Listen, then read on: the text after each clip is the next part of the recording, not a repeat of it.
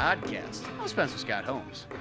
And I'm Dunigan, and we're doing 2 this week because not only did Once Upon a Time in Hollywood come out recently, but Batman Last Night on Earth issue 2 came out. And this is just one of those stories. We're big fans of Batman, but we're massive, huge fans of Scott Snyder and Greg Capullo when they work together. Even by themselves, they're awesome, but when they work together, they make magic.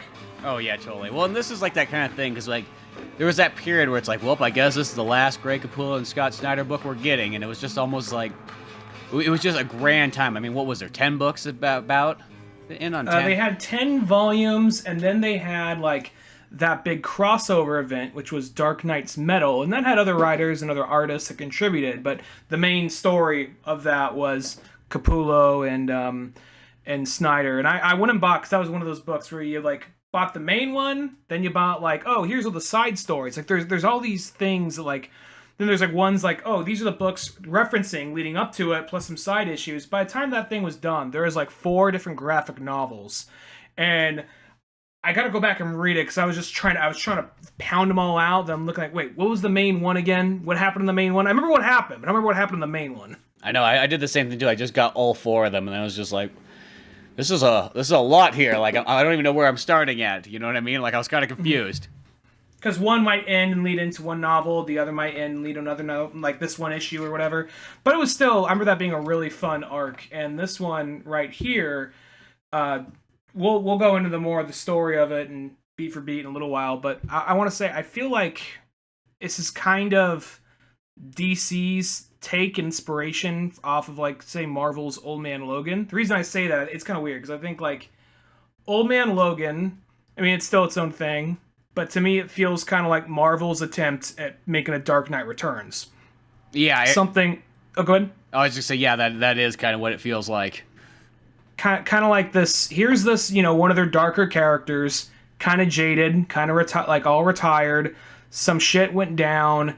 And it's not just a look at him, it's just kind of a look at the whole world around them. And even though Dark Knight Returns focuses more on Gotham, you get hints of what's going on in the rest of the DC universe. And then, you got Green Arrow and Superman coming at the end. So it's like, okay, so it's all still out there, it's all still connected. And then as it goes on, it expands on more of the DC universe rather than just Batman.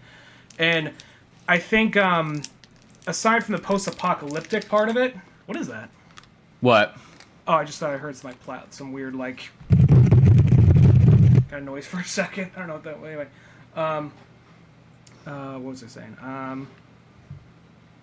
Oh yeah, rather than the whole post-apocalyptic thing, it seemed to have a little bit more of kind of like just focusing on the DC universe as a whole, like what happened to all the major heroes, which is something that Old Man Logan kind of asked. Mm-hmm. No, yeah, I definitely had that kind of in there.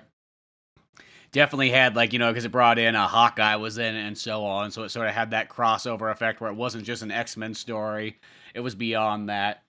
And, well, it's almost like you get to, like, this, pretty much the new one by Scott Snyder and Greg Capullo, Last Night on Earth, and that almost feels like the perfect ending. I guess, really, like, I guess, like, more it's like an alternative ending, but still, like, here's this, like, if you want just a little bit more out of those 10 main volumes, here's, like, book 11 almost. So you know what? We'll give you just a really weird, total, like, Batman late in life ending, and we'll have some fun. We'll have Joker, his head's, like, in, like, a little jar and whatnot, and Batman's carrying him around. Futurama jar.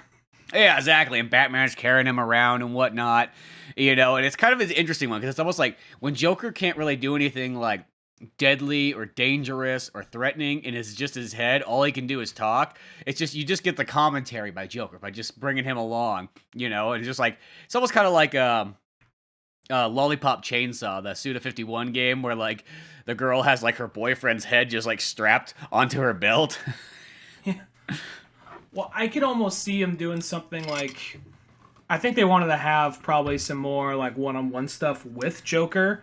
I think because, it's always been them fighting.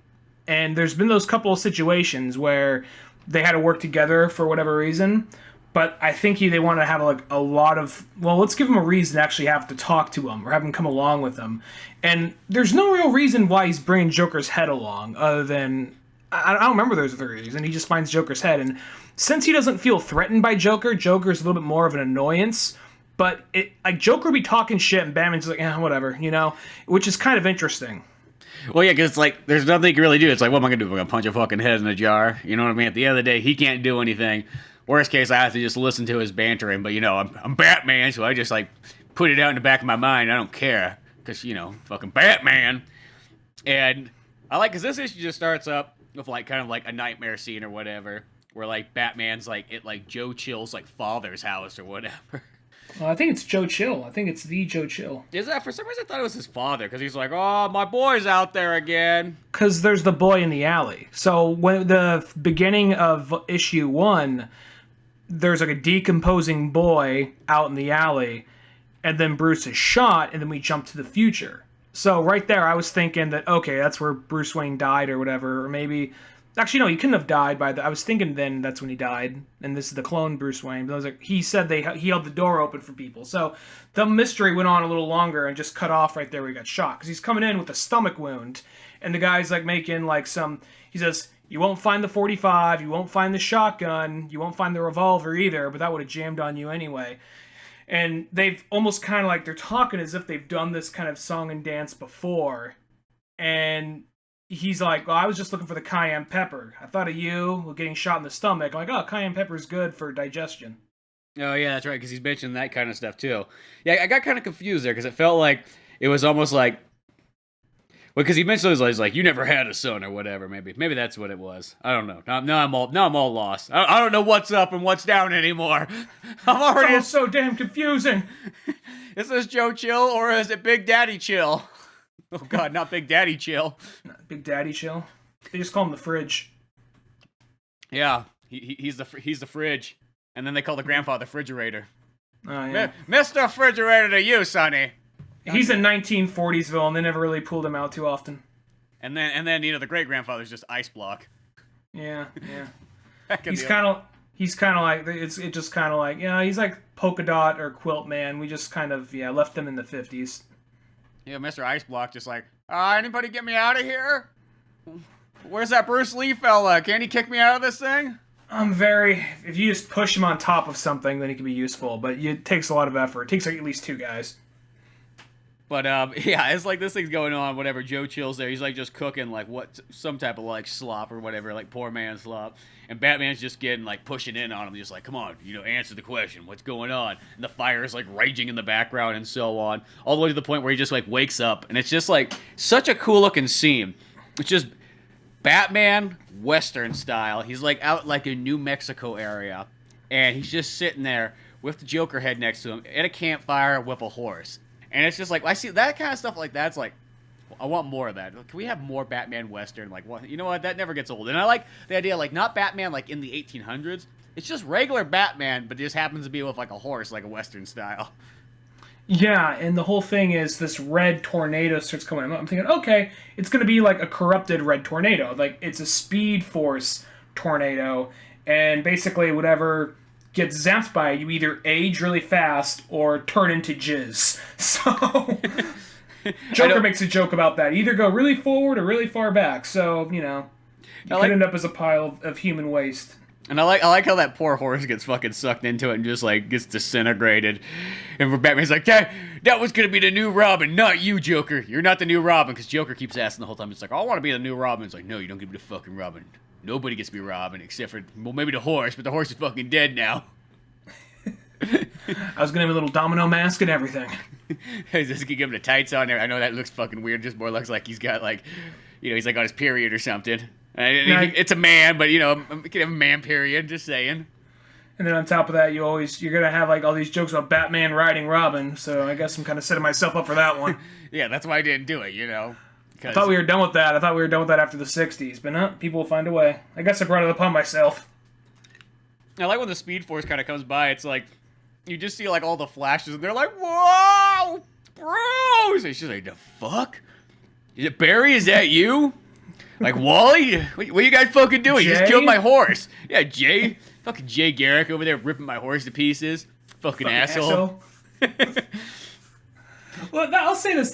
This is something whenever they want to do I'm not complaining. I get it. You got to focus on one or only a few characters. But whenever any major comic company wants to do, like, here is the dark future of this character, you will see a lot of characters you like just...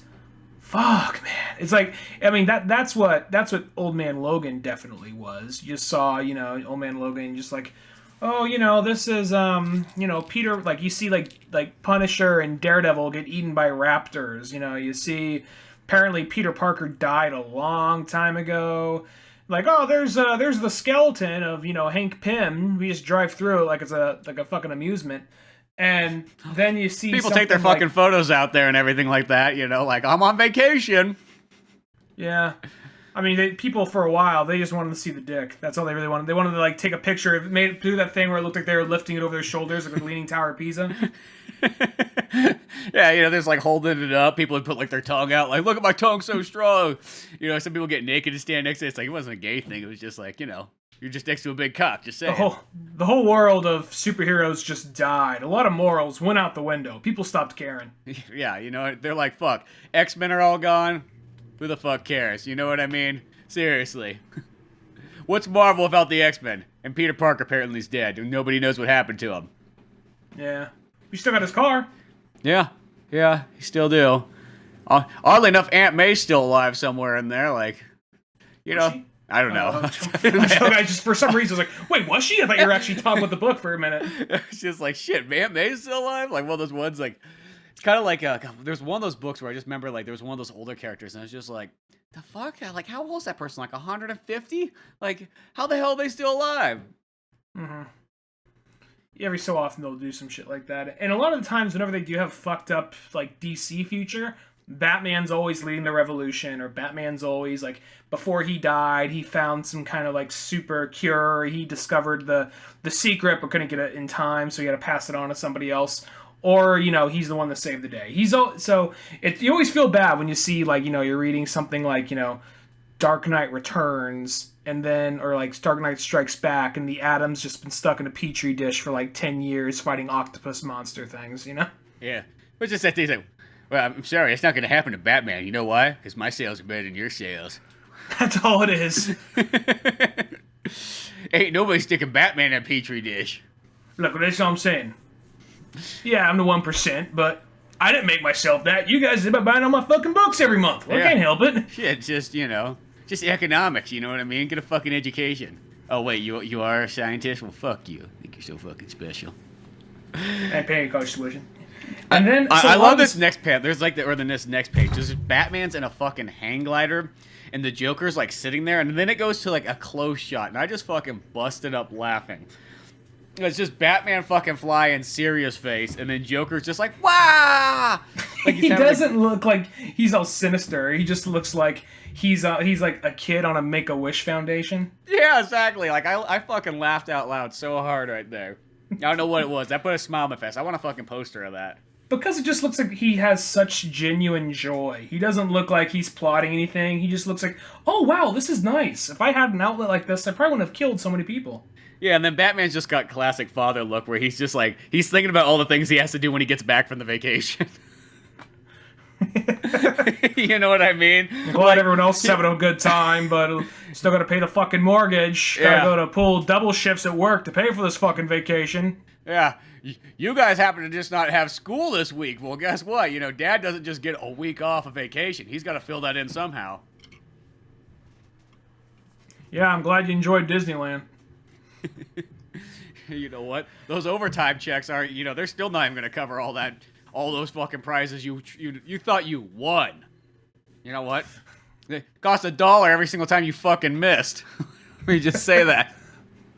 Yeah, they say Disneyland's the happiest place on earth, but happiness has a cost. I want to let you know that. Yeah.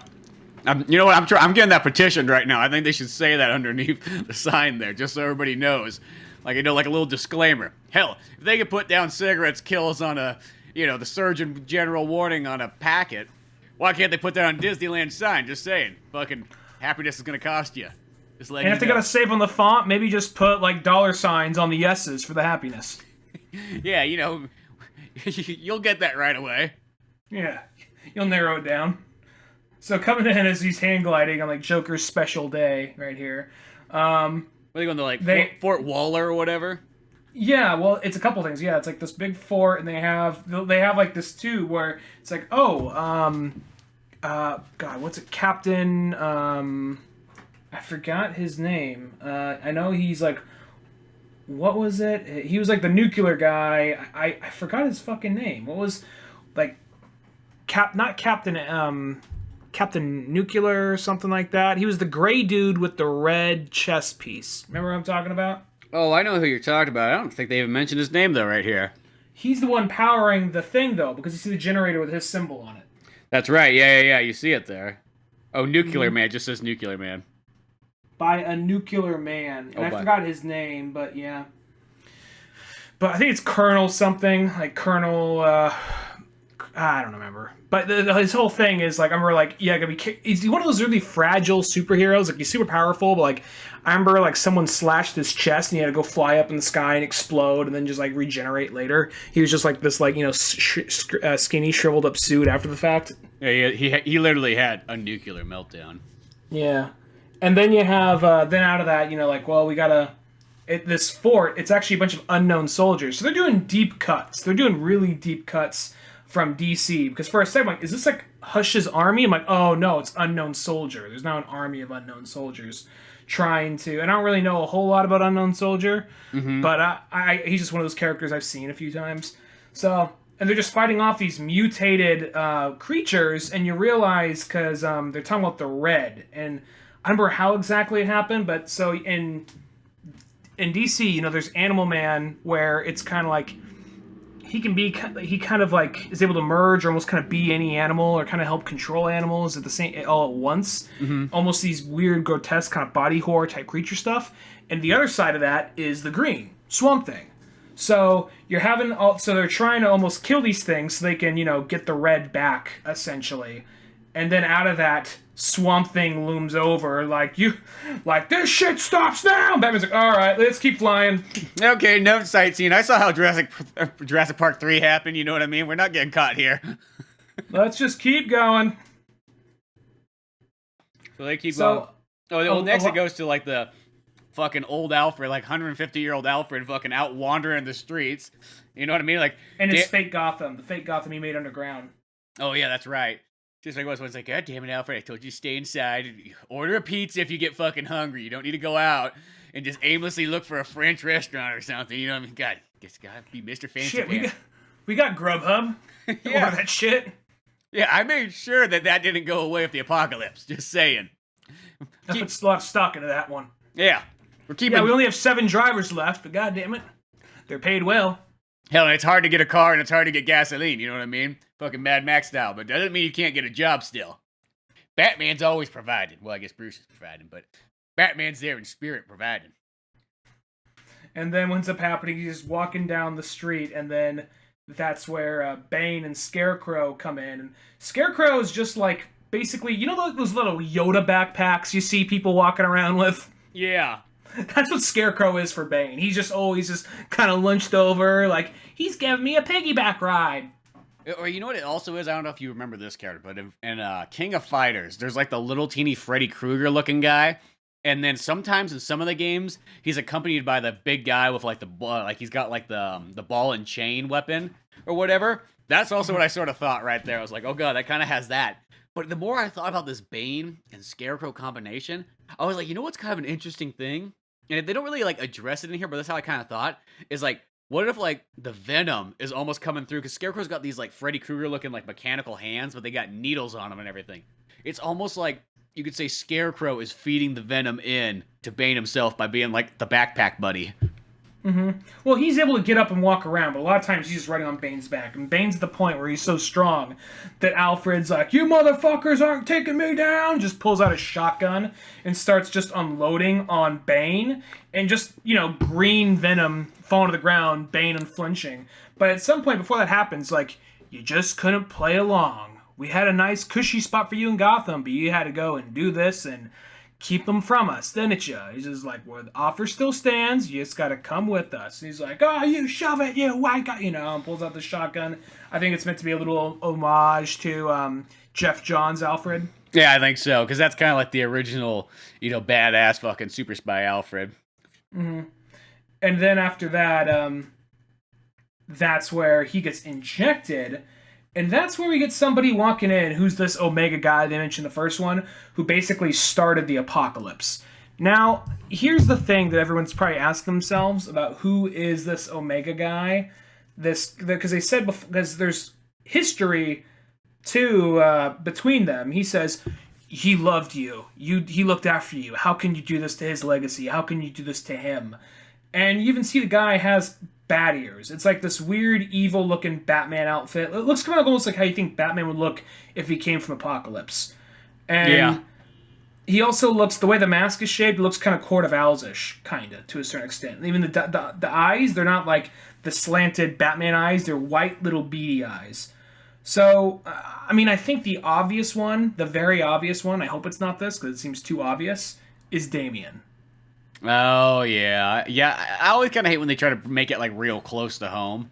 Like, that to me is almost kind of like, okay. I mean, who knows? I mean, I imagine... I don't know. I hope it's not Damian, just because I think that's too obvious, and I hope it's not Tim Drake.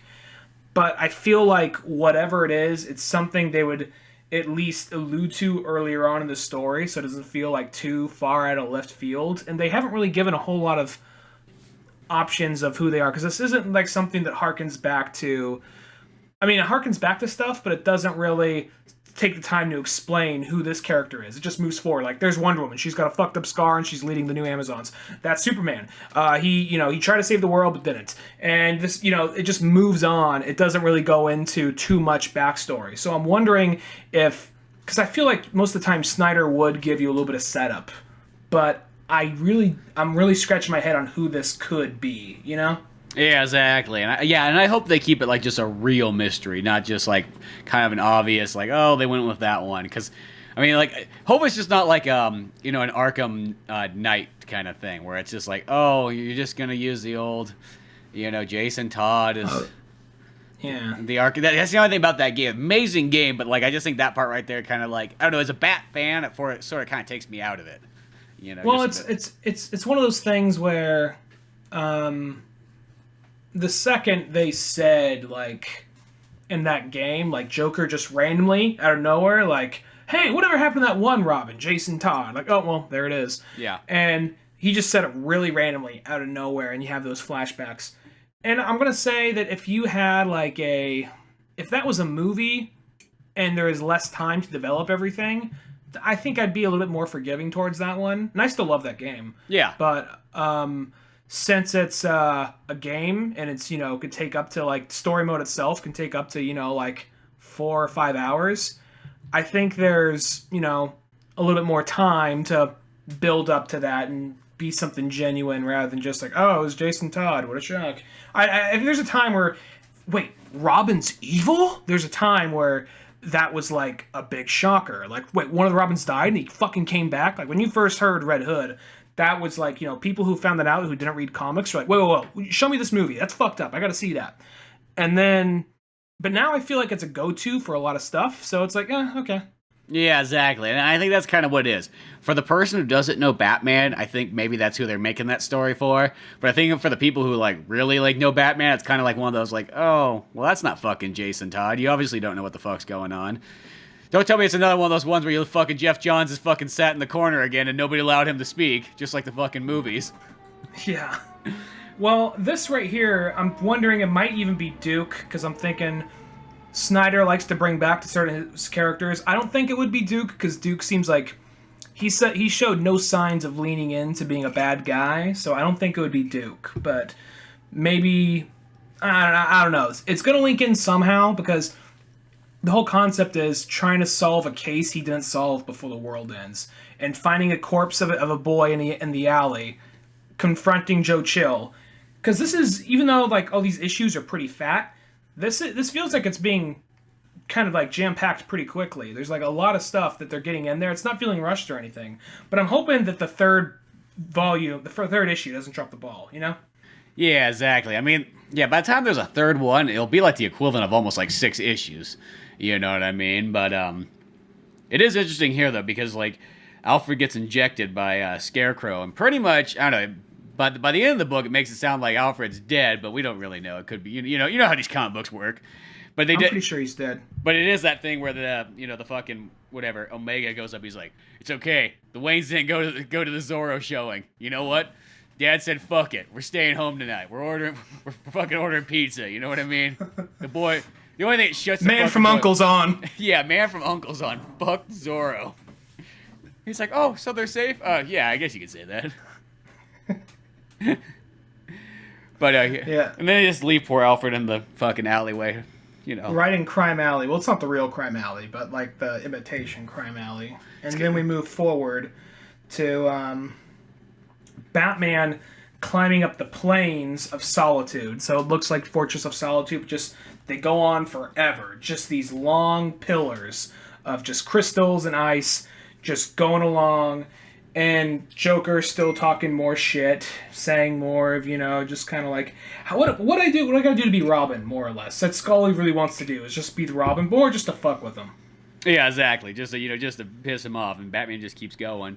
But as they come around, there's like all of a sudden like fucking Superman's like baby rocket comes flying at him. Like, the fuck more is that?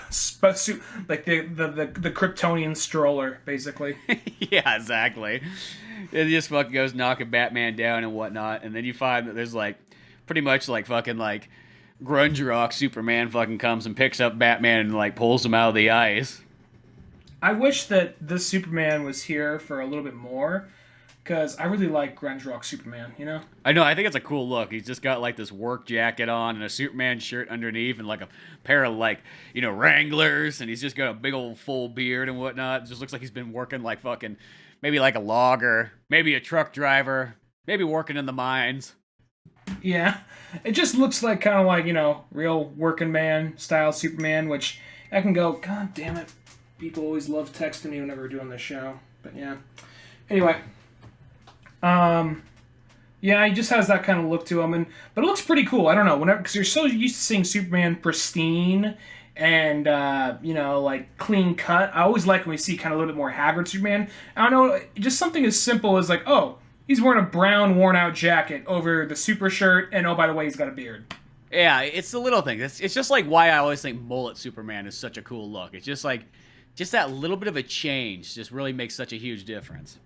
Well, I also think that this might be one of those things I could see, even though Snyder's the one writing, and I know Capullo, I know they both technically kind of write together just from listening to the different interviews with them. Like, Snyder will be the writing, and then he goes to Capullo, like, hey, what do you think of this? And he's just like, that's really good, but what if we add in this to it and add that to it? Like, oh, that's fucking awesome. And I think it's almost like, what do you want to write and what do you want to draw? I think that's almost kind of like, well, at some point I always wanted to draw, like, angry coal miner Superman. Yeah, exactly. Because it's just such a cool look.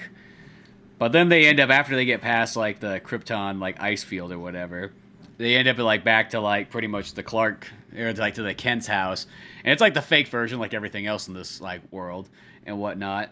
And it's just, like, Batman's just asking questions and so on. But then you find out there's just, like, fucking old, skinny-ass fucking Lex Luthor just living up in there. Cancer patient Lex Luthor. I mean, I know he's already bald, but I mean, really, he does not look right. And he's almost just like, he's kind of crazy, but he's always been a little crazy, but he just this whole level of like, what the fuck is going on? Like, you don't really know what's going on. Like, he just seems kind of happy, kind of proud of what he's done, but at the same time, very frail and very like, dude, what the fuck? And he takes him into the barn, and there's like a bunch of robot Supermans just standing by idly, like, yeah, I'm trying to remake Superman. Like, why are you trying to remake Superman? It's something we should mention. He's not like earlier. He's not like an in shape Luthor like we're used to seeing. He's very thin, sickly. He's wearing like this what looks like the same Superman shirt for probably like 30 years with a white lab coat. And as they're walking around the barn, he then takes him to his underground base, and he goes into this pseudoscience bullshit of how he created it and how he forged it and doing all this stuff. He puts on like this Cerebro like Brainiac helmet thing for a second. I'm like, wait, did he fuse his Brainiac or is that a helmet? But I think it's a helmet. Yeah, that's what I was thinking too. I was like, wait, what? And I was like, oh, maybe it is just a helmet that he created from Brainiac technology or something. and he goes into this flashback of like, look, so here's the thing. I wanted to end it with Superman once and for all. I didn't want to have this long-standing thing. I just let's just end this. And I had a bunch of kryptonite planted under the ground. And I don't remember the entire scheme exactly. We had Starro had like put for some reason that was the main one that put the kryptonite underneath the ground of like what it was. And it's supposed to be one of these weird things. It's like, we're going to have a good old-fashioned good versus evil debate, and, have the camera crew out and everything like that. You know what? The whole world was going to be able to judge us. So if they thought, justice, or if they thought doom, and that would be the voting thing, Starro would count them all up, He'd have to do the rechecks. He'd be up till midnight that night going over it because, Florida is going to fuck up. It's going to be a minute. They have to recount that one. Yeah, they're going to have to do the old recount, but once Starro gets the recount in, next thing you know, there's just going to be fucking kryptonite spears that just shoot up off the ground like some kind of Mortal Kombat fucking trivia thing. Well, it was like if Superman lost, he'd get impaled by the spears, and Luthor gave him this challenge. He's like, well, like Superman would, he took it. And the thing about it is, Superman ultimately won the challenge, and Lex Luthor, he's just like, I gave it all I could, but something about Superman was genuine. We just both sat there watching the sunset, and part of me is like, well, I guess that's it, because the whole thing, even though Lex Luthor is a villain and he is trying to look for his own gratification a lot of the time, he's a guy who in his own way thinks he's making the world better, and he always wants to make it, even though he's looking to get like a statue of himself and things make himself look awesome, he ultimately does want the world to look better, and if it means he has to team up with the Joker, well, that's just the bitter pill you gotta swallow. But once they, he's just like, I was a man of my word. The rest of the Legion wasn't, though. And they had the kryptonite pins come up anyway, all impaling Superman. And for a minute, I was kind of proud of myself. And I just saw what the world became after that, and how it just ultimately destroyed everything and ruined everything. And I feel like I'm at fault. Well, no, they had the thing because he mentioned that because pretty much Superman won. So the pins all came up on Lex Luthor, but Superman pushed Lex Luthor out of the way and then got impaled. So, is that what happened? Yeah, because Superman made this. Oh. So that was what it was. He's like, we kind of realized, and Superman being, you're right. Being the good guy he was, fucking still came by to save the day and got impaled. That's right. That's when the ground trembled. Let me just read this. I remember standing there with them, not so much humiliated as I was graced by humility. I remember the choral sound, the wind, the grass. Remember? Okay, yeah. All right. Yeah, okay, that's right. All right. Because right there I was thinking he would have seen that coming. But, yeah. He made the ultimate sacrifice for Lex Luthor. Yeah, so it's one of those things where... And then from there, he just has this overwhelming sense of guilt. Like, God, the world did need Superman, and I'm the one that took Superman from them. And even though he Snyder often writes more Batman, he does understand Superman, because have you read his book with Jim Lee, Superman Unchained? I haven't. I literally bought it, many years ago, and I haven't got around yet. It's one of those ones in the stack. It's a little bit more of one of those cooler, edgier type stories, but at the same time, I feel like it has a real understanding of Superman. Yeah, I just imagine that one had to be totally awesome, because, you put those two together, what's not like... Well, yeah, I'm trying to think of the last time Jim Lee was an illustrator on a whole story arc and not just not a cover, random covers, or a little mini issue or something like that. Yeah, granted, I guess you get to a certain point where it's almost kind of like, you know what, I don't have to draw this character. Yeah, I don't have to draw 24 pages. That's fine. Yeah, you probably do reach that point. I've done it, but and that's where. Going on from here, evil Clark, one of the Superman robots comes in, slams them both out of the house, and that's where Bane and Scarecrow are. Like, Luthor, you fucking sold us out. Yeah, exactly, and it's like fucking steel mine working. Superman comes busting in there and whatnot, and brings it to Bane's whatnot, or brings Batman to him, and they kind of have a fucking moment. It's almost like. Superman's gonna fucking destroy Batman right there, but then all of a sudden fucking Wonder Woman comes out and slices him almost in half and so on, and blood and guts going everywhere. Mm-hmm. and that's where she just murders, just straight up murders fake Superman. And I also like how Batman's just like, he's like, I fucking had a plan, Diana. Didn't have to just come and ruin it thinking you're so fucking special with your sword and shit. Thanks, Mom. Yeah, like I can handle my own bullies. My own super bullies. And that's when a bunch of the other Supermen come flying in, and Luthor is able to generate a teleport to get them out of there while he's just ripped apart. It looks like just crows diving after a loaf of bread.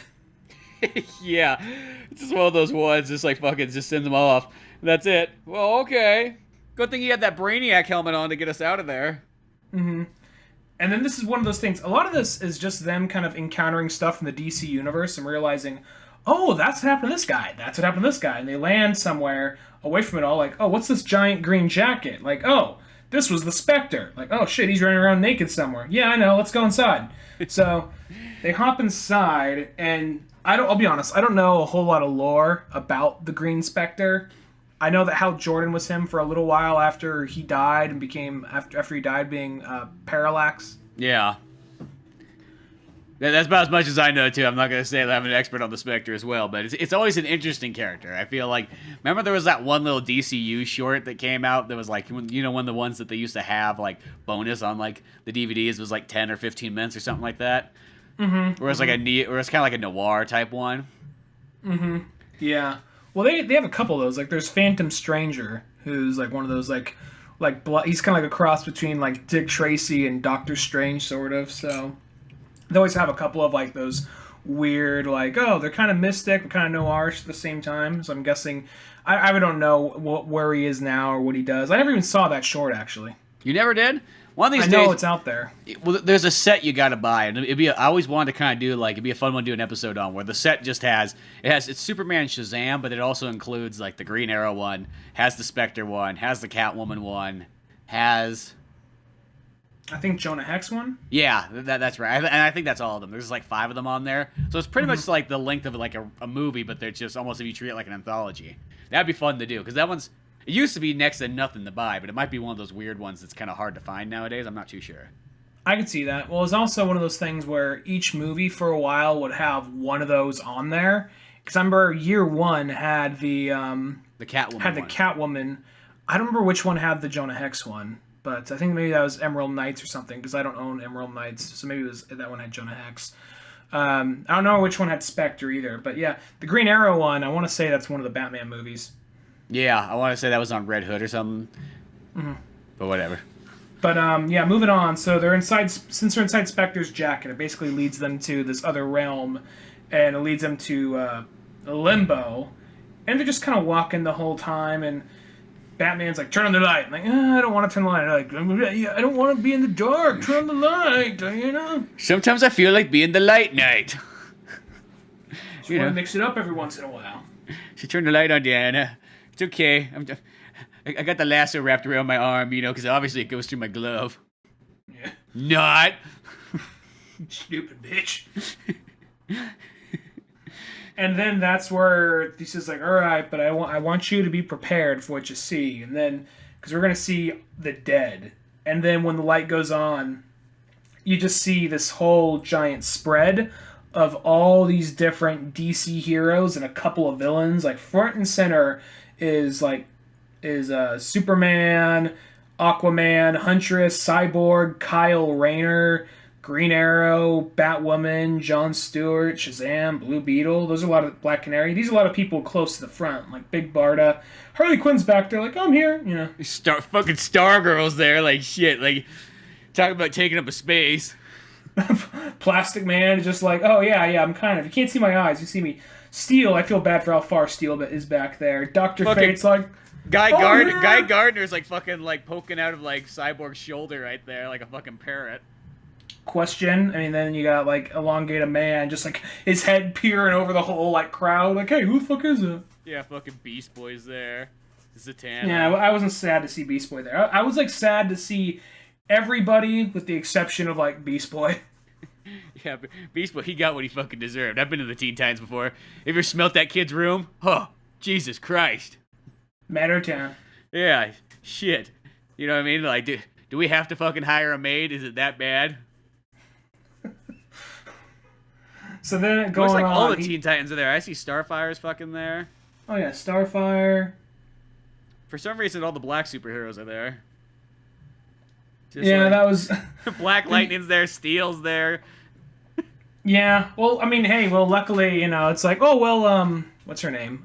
Vixen made it out, so that's good for her. Yeah, she's not there. Beyond that, like, so 1 out of 10 made it, I guess.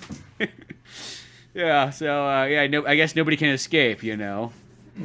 I mean, we don't see Duke, so that's good, but hopefully Duke's not the bad guy. Anyway. Yeah, but God better not be the bad guy. Better not be Duke. Yeah. Can't take Duke away from us. He's bright and yellow like the sun. He's the Signal. Well, his name's now the Signal. That's his name. Oh, is that? Yeah, well, his whole thing is he's part of the Bat family, but he fights at day. Oh, that makes sense. Yeah, so. Fights at day. He's like, you know what? I like to get to bed at a reasonable hour. Yeah. As soon as the sun's down, that's where the signal goes out. He's like, you know what? It's dangerous at nighttime, guys. You know what? I'm literally hanging up the cape at 8:32. Yeah. You guys got this, right? All right, yeah. Cool. Crazy white folks like to be out at nighttime trying to stop crime. You know what? I'm a reasonable fella. I just do this like a 9-to-5er. I don't think that's asking too much. I mean, that's what most people's day job is right there, so. Yeah, it's, fighting crime for the Bat family. Better join the army. You're drafted in the war, boy. There ain't no 9-to-5 now. You gotta be careful when you say that to Duke. Like, what the fuck you mean by that? Like, oh shit, that came out wrong. I'm sorry, I use that with everybody. I almost mean it as a term of endearment. Yeah, drafted's not a bad thing. I could have used another word that would have not made sense, but here, shit, you're gonna get stock options. You're gonna get everything that every other Robin got. Don't you fucking dare forget that. Believe me, the stock options are really worth it. You know what I mean? Well, why hasn't Alfred retired yet? Well, there was a different deal back then. My father wasn't very nice about the stock option program. And I just decided, you know what? Well, why break a contract? He's already been here this long. I mean, what's he gonna do now? Travel the world? I'd very much like to do that, sir. No, you don't. The contract says you're with me till death. Death do us part. You know, that part sounds kind of gay, but you know what I mean? We're sticking to that contract. You know what I mean? Just Duke's like, man, that really sounds like Alfred your slave. No. Surrogate father figure that stays with me till death and never leaves my side and does everything at my beck and call. That's what he is. Says it right there in the contract, Duke. You can read it, too. Here you go. Here you go. Peruse it over. It's laminated, so don't worry about it. Alfred, roll up the left pant leg. It's the part of the contract is right there on his heel. Yeah, this is so we don't, just in case. Goes up his calf. Just in case if he ever tries to really get rid of it, we all know where it's at, too, Yeah. And the authority figure. Like how back in the day when cows would wander away from property, how they had to brand the cows? Kind of the same thing. Yeah, except for I brand the entire contract on his thigh down to his calf. So, it's one of those things. And I did it myself, too. We did it at night. Just strapped him down. I just got the poker out of the fire and just went to town carving. I've never done that before. It was a new experience for us both. I feel like we both came out better because of it. Didn't we, Alfred? Just slaps him on the back like, oh, yeah, all right. See, Duke, and one day you can have a surrogate father figure like this. Well, probably not because these contracts were made in the 1920s, so I don't know. It's a different time nowadays, but still. It's more like his father worked for me, so his father worked for my father, so now he works for me. Yeah, there's no ownership. It's just it's a job that you never can leave. It's okay. We give him a cot in the back. It's a nice cot. I didn't cheapen out. Shit. You know what I mean? It doesn't have the bug net, and there's no windows in there, so maybe I did cheapen out a little bit, but... Have you ever seen a fucking mosquito in Gotham? They're not a pretty sight, you know what I mean? It's like the size of a man-bat. There's usually a villain themed after mosquitoes, too, so that's something you gotta worry about, too. So, yeah. Prepare to get out the giant swatter tool, Yeah, I keep that around. 1960s never fucking died. Fuck you. You never know when you might need the can of shark spray. Just waiting on We're just waiting on, King Shark to roll in. Yeah, exactly. Just shove it down. My fear is that the nozzle's gonna be fucking broken by the time I go to use it because I've had it for so long. Look, it's just got signs of rust and everything on it, but still keep it in the belt. You know what I mean? Better be prepared to not have it. Oh, hey, Wonder Anyway. Woman. Sorry about that. You had the lasso on me. I guess it does go through the glove. So then, like, he ends up seeing Alfred in the crowd. He's like, "No, Alfred!" And, like, you know, like The Diana's like, "No." contract's not up yet. He's like, "You can't." He says, "You can't leave the boat. Like, it could be a trick. It could be a trick." Like, it's not a trick, Bruce. Alfred's out there. You're like, fuck everybody else. Fuck you, Aquaman. Out of my way. Not Alfred. And then they end up getting out of there and coming back to the world, and he gets across. They traveled for a little while, and they're in some planes. And the thing that's interesting is Joker is actually narrating a lot of the time for this. And he does it like in like almost like if Joker was writing this like diary, like, and me and Batman were on a whimsical journey. Oh, you wouldn't believe it. We saw all kinds of great sights, tasted great things. Well, I guess I didn't taste it. I just got to look from my jar. But oh boy, was it an adventure! Like it has like that kind of like storytelling. There's a part where he's talking about like Bruce and Diana says like, I was going to make a joke about old flames and gas, but the look on her face as she came back to camp, it would have bombed. You gotta know when to read the crowd.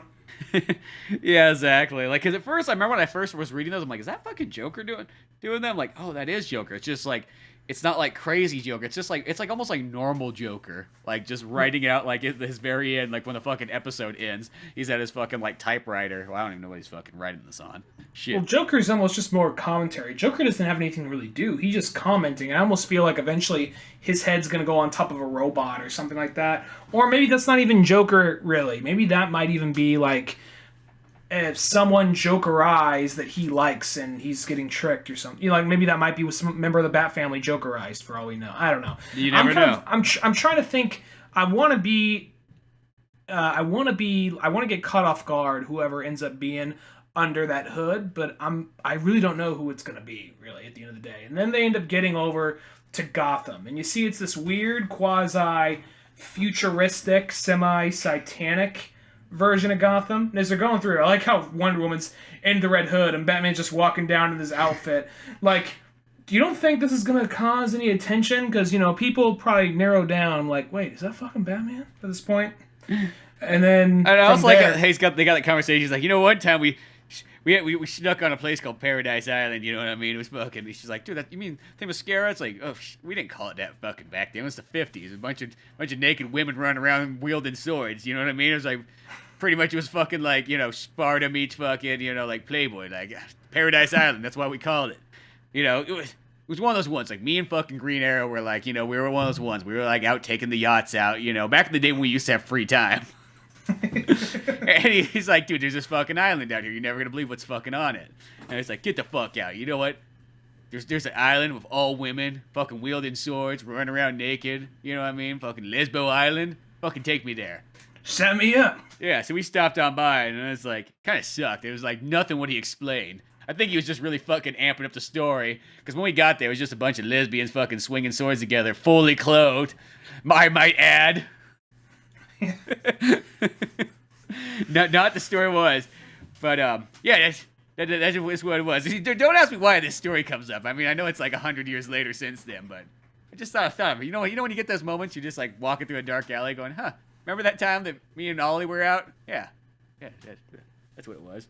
And then all of a She's sudden, like, "Oh, that was you guys? Shit." that was you guys? I thought that was just a bunch of creepsters. She's like, well, Ollie is kind of a creepster. I'm not gonna lie. I'm not gonna lie, even though everyone was all fully clothed, they didn't stop us from jerking off behind a bush. I mean, we came this far, might as well, finish off. Still. Yeah, then we started slapping dicks together and having a sword fight out there of our own. It always ends with that. I don't know why. It was weird, but Ollie, this is what happens, because Ollie's like, hey, I got this extra alcohol on board the ship. I'm not supposed to have it. Let's make sure it doesn't return back home.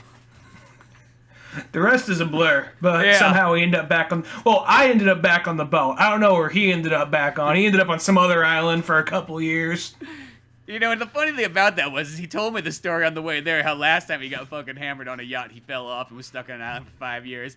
And then this time he did, and I didn't see him for another 5 years. Just one of those weird Ollie things, you know what I mean? And then he kind of came back. The first time he came back, he was a trained archer. Next time he comes back, he's got a fucking mustache, and he's fucking got all these, like, liberal view agendas on, like, how he knows the world now, how he can be like the common man. Though he has a fucking mansion just like I do, so I don't get where he's getting that from. You know what I mean? I don't try to lie to the people. You know what I mean? I know I'm fucking the 1%. I fucking live that every day.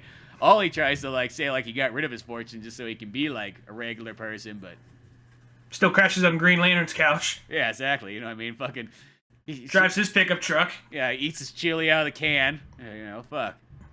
What is he, Rorschach? And then he goes up with the idea of just him going and saying, like, going to be like, you know, when, like, Ollie got lost again, I'm like, oh, well, worse things have happened. He's like one of those guys just you hang out with, not because, all right, there's like that kid across the street. You're not friends. You just have no one else to hang out with. Where there's only so many billionaire superheroes, so you feel like you kind of got to hang out with them because who else is going to relate? But at the same time, like, this guy kind of sucks. He's kind of boring. He's got a cool yacht, but... You know, it's kind of like you go to the other kid's house, play Nintendo. I mean, I'm going around. I got a Nintendo in every room because I'm fucking Batman. That's what I do. Got Nintendo. I got a Sega. I got an Xbox. I got Mac. I got PC. I lived a fucking dream because I'm Batman. Batman don't fuck around. But you know, Ollie, he had a nice yacht. Sometimes there's certain things I just don't feel like spend money on. I'd rather just go use it once in a blue moon, and that's where Ollie comes into play. You know what I mean? Like I didn't buy a Neo Geo, but Ollie did, so I just went over there to play it. He had it on the yacht and everything too. You know, I thought it was kind of fun. Now you know why I sent that friend request. The weird thing is, he never got back to me on it, and then the world fucking went to shit, and now we're in Gotham, and oh, what the fuck, Court of Owls. Yeah, then the Court of Owls happen, and they're ready to have this big fight scene, and then like there's one guy in there, like what the fuck? Hey, who is that? Who is that? Like, take off the mask. Is that you? Like, what the shit? And then takes it off his mask. Dick Grayson, and Dick Grayson's got like this like face that looks like he just got out of the back alley where he was just brutally raped, and now he's just stumbling back into like society. Like he's questioning, like, where do I go from here? Yeah, like what is the point of living now? I don't know what just happened. Like all my morals went out the window. Yo, Dick, well, once we're all done with the saving the world shit, we're gonna find Ollie's yacht, which has a Neo Geo on it. So, you in? He's like, yeah. It's a yes or no? You know, I know we could buy one off eBay, but it wouldn't be the same. Just saying. And here's the thing, eBay probably ain't existing anymore. You know what I mean? I didn't keep the funds in that like Grubhub. But the next one leaves us off with, says, the final battle with Omega. So, I guess it goes to the point, like, okay, well, that goes back to Kyle Higgins' whole thing about trying to come up with, at some point in time in the 52, which I don't know if Rebirth still acknowledges that, but at 52, they say the Court of Owls were trying to basically groom Dick Grayson into being the next Talon, or one of their head generals, and then Batman came in and took him away, like, this is mine! And then from there, they're just like, that motherfucker. That's one of the other reasons why they hate the Waynes. So, yeah, because that was like a whole graphic novel of like Nightwing. Like it was like volume 2 or 3 or something like that, and the new 52 section. Yeah. So, and you know, people could talk all the shit they want in 52. There's some things in 52 that I get were kind of weird, but the shit that was good consistently throughout the whole thing. I mean, there may be like a weird issue here and there.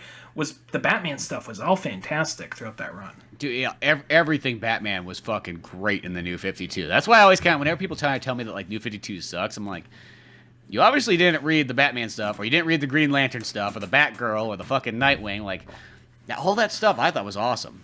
I'll say Action Comics, that one kind of flip-flopped, just because it was hard to stay consistent on what was going on.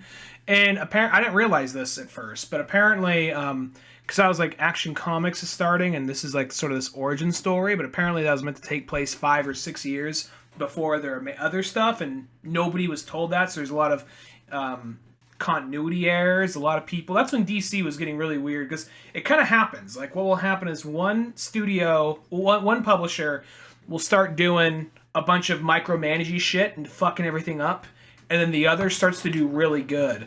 And this back and forth thing that would kind of happen between them. Like, and I want to say it was happening with DC right when Marvel was doing a lot of really good stuff. That's when DC, the 52, was trying to micromanage too many things. A lot of people left DC's like, fuck you, we're going to work at Image or maybe even Marvel or something. And then that's when Marvel started just doing events every other week, and out of that, people were getting frustrated with Marvel and like having their story get canceled. Like, fuck you. And DC was doing good again, but I think DC might be going back to that point of micromanaging too much. Or not DC, Warner Brothers. Ever since the whole Batman's dick controversy.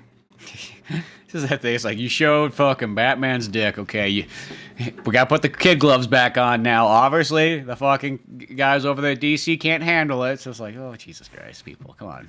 Well, it just annoys me just because, it's like some suit that's never cracked a comic open in his life. And it's not like you open that book, it's a giant splash page of Batman's dick shooting across the screen, like under, like he's lifting up his dick and you're looking from underneath the shaft or something. He's peeking around like, hey, what's up? It's like a fold-out, like, pop-out books.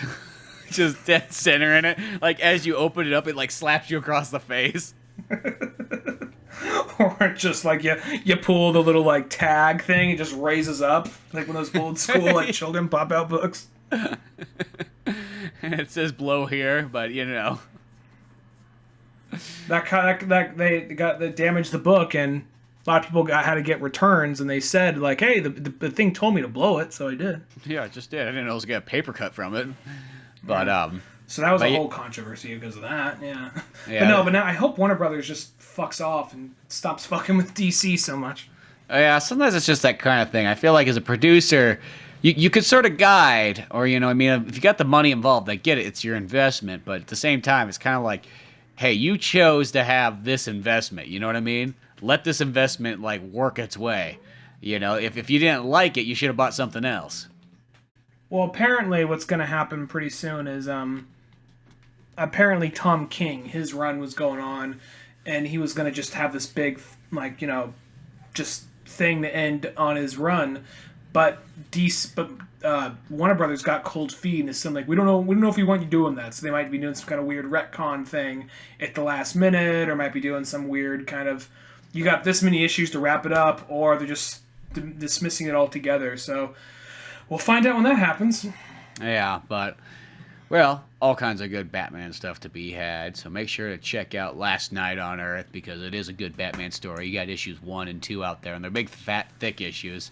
So they're like the equivalent of like 3 issues apiece, mini graphic novels. Now, here's a question I have for you regarding this Omega character. What do you think it's going to be? Do you think it's going to be like one of the Robins, or do you think they're going to do something like they're going to introduce a character at the beginning of issue 3 and like, oh, it's that character years later? Because that's kind of, there's this ongoing case that comes back in flashbacks at the beginning of each issue so far, as it seems. I really hope it's not a Robin or anybody we kind of know in the Bat family. I would actually personally like it just to be a brand new character. Sometimes there's a time and a place. I'll use the exact same argument for like the Arkham Knight and Arkham Knight game, whatever. Is that character should have just been a brand new character. It should not have been anybody we know. I mean, I get why they did it, because that's an easy sell for the people that don't know Batman well enough. But just you tell them it's like, oh, it's an evil Robin that fucking Batman has to fight. Like, I see where the selling point is there. But I think it's like one of those ones. No, if you're going to make a character like this, might as well just make it a brand new one. You know what? Mm-hmm. This is a perfect time and place to have one. And then if it is somebody, I hope it's somebody like really obscure. I hope it kind of like they pull somebody like from like way out of like the closet, like super deep in time, and just say like, yeah, let's do that. Why not? Yeah, I really don't know. I mean, I think I think they want us to think that it's one of his disciples, because they said we were assuming it's one of your disciples. Like, they wouldn't do that. But I also think to keep that mystery rolling, other than Batwoman, we didn't see any of them over in Purgatory or whatever. Yeah. So, yeah. And we've only seen Dick so far as he like pops out of like the Court of Owls section. So that still leaves us with Tim, Jason, Damian. Spoiler, I guess, if you want to say spoiler. Maybe she's in like a thick ass suit or something. Maybe even she's just fucking jacked like that, like there. It's like, oh, that's. Whoa, I just didn't expect that to be spoiler, but okay. Bluebird, like Harper Row, maybe. Yeah, I'm gonna assume it's. I'm gonna realistically say this. I don't think it's a woman. No, I don't think so. But I mean, that would be a twist. Not that body size, but it would definitely be a twist, especially if they came out looking like that. Then I'd be like, oh, okay, I'm sold. I'm just fucking spoilers, fucking just jacked as all can be. Yeah, okay. Let's see. they're like in some kind of suit or something like that makes him. I could see that possibly, but who knows? Just like, yeah. But I just popped in my head. I don't know if they said it already. Hopefully, it's not Jim Gordon. Oh yeah, I didn't even think about. I feel like Jim Gordon would be like. It's kind of weird because like Alfred's old as fuck in this one. It's like assuming Batman's pretty old, but I guess Jim Gordon would still be somewhat old. He'd be old, but he still has this mask, and who knows what's crazy sci-fi shit's pumped into him. And he has been part of the Bat family before, is like, been in the Bat suit. That's true. So, that could be because, just, kind of picking like Greg Capullo and Scott Snyders' run. It's not too far out of the question, but we'll just have to see what happens. I guess that book will have to find out another month. Yeah, we gotta wait a month. That's the other thing about waiting a month though. Is like that was the first thing when reading this book is like kind of forgot that like, oh yeah, when like you're reading a book month to month, you kind of have to like you almost feel like you need to go back and read the book over again, the first one, just to make sure you totally get everything right. Yeah. But that's what always makes it kind of nice when you have the graphic novels. Then you don't have that problem anymore of trying to remember. Shit, because I have a hard time remembering just a couple days from now. You know what I mean? Let alone like a month later. But all kinds of fun stuff. But if you want a copy of this, we'll put a little link down in the show notes below in the description section. They'll have, whether you want to get a physical or a digital copy or whatnot at Comixology or Amazon. It'll be in there. Help support the show a little bit. Won't cost you anything extra, but it will send a little something our way. Other than that, though, you can go check out oldmanorange.com for more podcasts. Pizza Boyz issue 8 coming very, very soon. Animations, all kinds of other neat stuff we got in there. Go check that out. But till then, I'm Spencer Scott Holmes. And I'm Ryan Dunigan. We'll see you some other time. Later, folks. Thanks again for listening to the Old Man Orange podcast. Sure, check out oldmanorange.com for more podcasts, cartoons, music, animation, and a whole lot more. We also have the Old Man Orange blog going with all kinds of fun stuff. If you easily want to support the show, use one of our Amazon links either on the website or in the description of the podcast below. Rate, review, and subscribe to the show either on Podbean, iTunes, Spotify, YouTube, Newgrounds, or anywhere else that you seem to get this podcast from. Grab the sitcom-styled comic book Pizza Boyz on either Comix Central, Comixology, or Amazon. Want more podcasts? Check out the Indie Comics Club over at Comix Central. I also got a workout website called Thor's Hidden Gym, filled with fitness tips and tricks, videos, and a whole lot more fun stuff in the calisthenics world. Talk to us on Twitter at Spencer S. Holmes and Dunigan Ryan. Like our Facebook pages of Old Man Orange Productions and Pizza Boyz Comic. Thanks again, we're out of here.